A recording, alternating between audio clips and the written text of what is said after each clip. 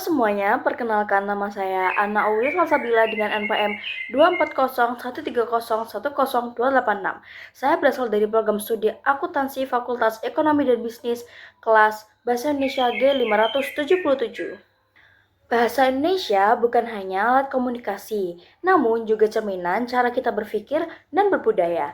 Sayangnya, masih banyak kesalahan berbahasa yang sering muncul di ruang publik, mulai dari papan peringatan, berita daring, media sosial, sampai iklan makanan. Nah, hari ini kita akan menelusuri 4 contoh nyata kesalahan berbahasa, sekaligus membahas pembetulannya dan alasan dibalik penggunaan bahasa tersebut. Yuk kita mulai! Nah, yang pertama kita akan membahas. Nah, pada papan ini tertulis tanah dan atau bangunan aset pemerintah kota Surabaya. Nah, secara umum penulisannya itu sudah cukup baik. Namun, ada beberapa hal yang perlu diperhatikan. Yang pertama, penggunaan huruf kapital seluruhnya sebenarnya tidak diperlukan kecuali untuk penekanan atau judul dokumen resmi.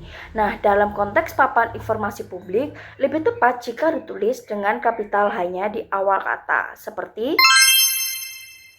Nah, kemudian yang kedua, terdapat tanda dan atau itu sudah benar karena menunjukkan pilihan ganda yang bisa pilih salah satu atau keduanya.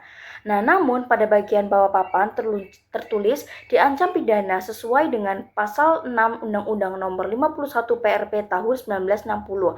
Nah, setelah kata pidana seharusnya tidak perlu tanda hubung, melainkan tanda koma atau langsung diteruskan kalimatnya. Nah, kesalahan huruf kapital semua kemungkinan muncul karena ingin menegaskan larangan dan kesan formal. Saya setuju dengan tujuannya, namun tidak setuju dengan caranya, karena penulisan kapital berlebihan bisa mengurangi keterbacaan. Kemudian yang kedua, saya ambil dari artikel Detik News yang membahas mengenai Ragunan.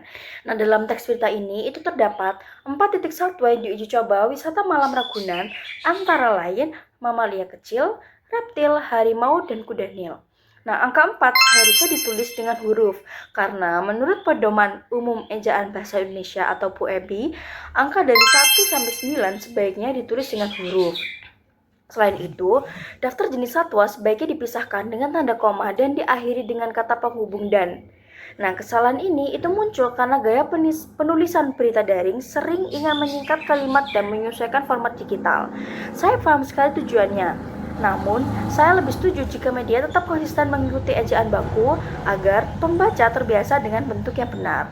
Kemudian terdapat cuitan di aplikasi Twitter yang membahas mengenai pelatih timnas. Nah, teks yang ditulis berbunyi, tim kepelatihan terbaik yang memulai dari minus dan membuat harapan ke Pildun sangat dekat. Nah, kata Pildun adalah akronim tidak baku dari Piala Dunia. Dalam konteks formal atau publik seharusnya ditulis lengkap seperti membuat harapan ke Piala Dunia sangat dekat. Nah, selain itu, kata minus di sini adalah bahasa percakapan yang bermakna dalam kondisi sulit. Tidak salah, namun kurang tepat. Dalam konteks tulisan resmi, sebaiknya ditulis yang memulai dari kondisi kurang menguntungkan. Nah, kesalahan ini muncul karena media sosial sering memakai bahasa santai dan ekspresif. Saya tidak sepenuhnya menolak karena konteks Twitter memang informal. Namun, sebaiknya pengguna tetap tahu bentuk bakunya agar tidak terbawa ke tulisan akademik atau resmi. Nah, berikutnya merupakan spanduk yang tentunya sudah sangat tidak asing di sekitar kita ya. Mari kita analisis bersama.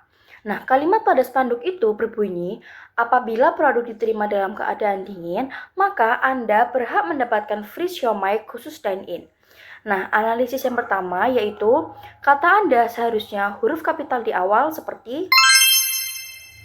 Kemudian yang kedua, terdapat kata asing seperti free dan dine-in itu sebaiknya dicetak miring atau diganti padanannya. Seperti berhak mendapatkan siomay gratis khusus makan di tempat. Nah, kemudian analisis yang ketiga, kata maka tidak wajib digunakan, cukup dihapus agar kalimat lebih efektif. Nah, kesalahan ini itu muncul karena pengaruh bahasa Inggris yang dianggap keren. Saya tidak setuju karena konteks promosi di Indonesia, bahasa kita sendiri tetap bisa terdengar menarik dan mudah dipahami.